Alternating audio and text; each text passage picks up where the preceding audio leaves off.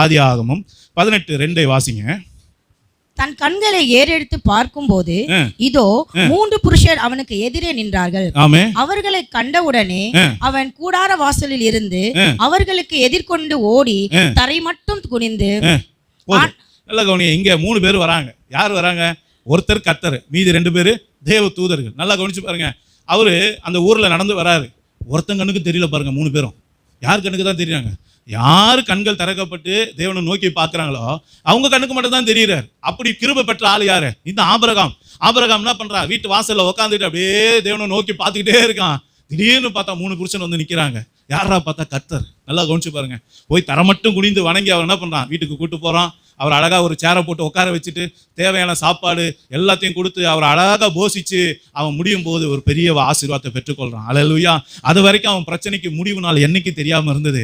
என்னைக்கு அவன் ஏசப்பாவை தரிசிச்சானோ அன்னைக்கு அவன் பிரச்சனையோட முடிவு நாள் தெரிஞ்சு போச்சு. என்ன சொல்லிட்டாரு?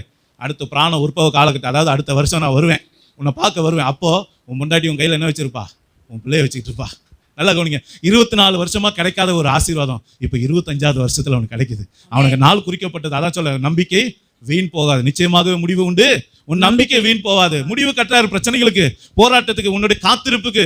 நிறைய நேரங்களில் நம்ம ஜெபிச்சுக்கிட்டே இருக்கோம், ஆண்டவரே என் வாழ்க்கையில எப்பப்பா அற்புதம் செய்வீங்க அப்படின்னு சொல்லி நம்ம காத்துக்கிட்டே இருக்கோம் பாருங்க. ஏதாவது ஒரு போராட்டத்துக்கு, ஏதாவது ஒரு கடன் பிரச்சனைக்கு, ஒரு வியாதிக்கு, எந்த காரியத்துக்காக நீங்க நீண்ட நாளா ஜெபித்து காத்து கொண்டு இருக்கீங்களோ அது யாருக்கு அனுகூலமா முடியும்னா, யார் ஒருத்தருடைய கண்கள் திறக்கப்படுதோ அவங்க தேவனை தரிசிப்பாங்க, தேவ தூதர்களை தரிசிப்பாங்க. அதோடு கூட அவங்களோட பிரச்சனைகளையும் அவங்க என்ன பண்ணுவாங்க? கர்த்தருக்குள்ளே தீர்த்து கொள்வாங்க. அல்லேலூயா. அவங்க எங்கேயும் போக தேவையில்ல, கர்த்தரே தேடி வந்து ஆசீர்வதிப்பார். கண்ணு திறக்கப்பட்டிருக்கான், ஏன் தேவனை பார்க்க முடியல? ஏன் தேவ தரிசனம் நமக்கு கிடைக்கல? ஏன் பரலோக காரியங்களை பார்க்க முடியல? ஏன் சொப்பனங்களை பார்க்க முடியல? தேவன் என்ன வாழ்க்கையில என்ன செய்ய போறா ஏன் எனக்கு தெரிய மாட்டேங்குது? காரணம் நம்ம கண்ணு திறக்கப்படலை. அதனாலதான் மற்றவங்களாம் சொல்றாங்க நான் ஏசப்பாவை பார்த்தேன்னு சொல்றாங்க.